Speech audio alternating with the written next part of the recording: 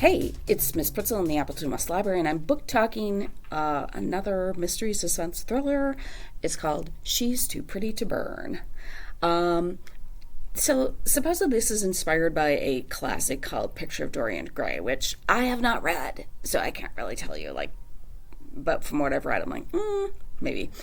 All right, so this is told through three voices. Veronica, who is a artist in photography. She uses her art medium as photography. Mick, who's Michaela, who's a girl who's like adverse to photography, but she's a swimmer. And then Nico.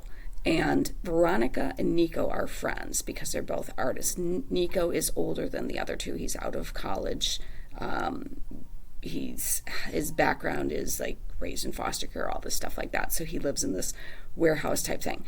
So Nico's art is it's performance, environmentally based. I'm trying to think what they call it, but it's not like art you can just go see in a museum. It's they actually do setups for these art things, and it's just a short-term thing, and you kind of have to participate in it.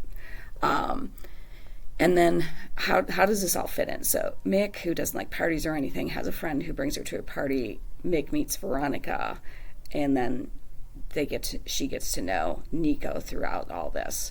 So this one's a hard one because I don't want to give too much away. So like I said, we've got the two artists, two girls who Veronica and Mick become a couple.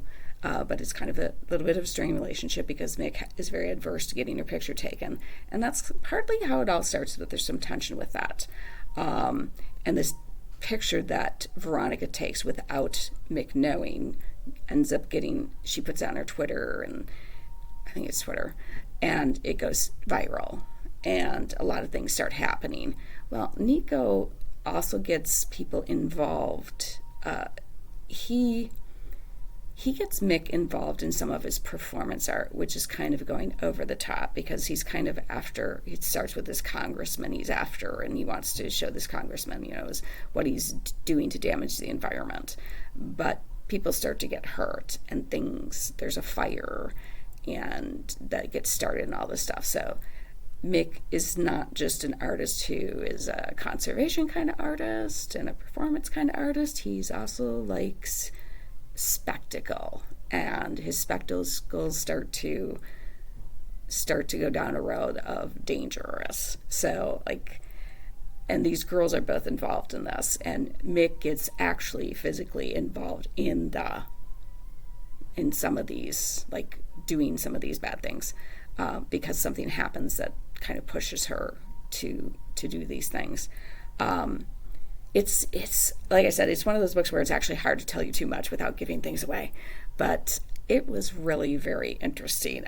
Like I said, and you see Nick taking Mick down this road, but there's so much more, and it's kind of like when you get to the end, you're like, oh, there were all these little warning signs, and I should have caught them. So I like these books that I don't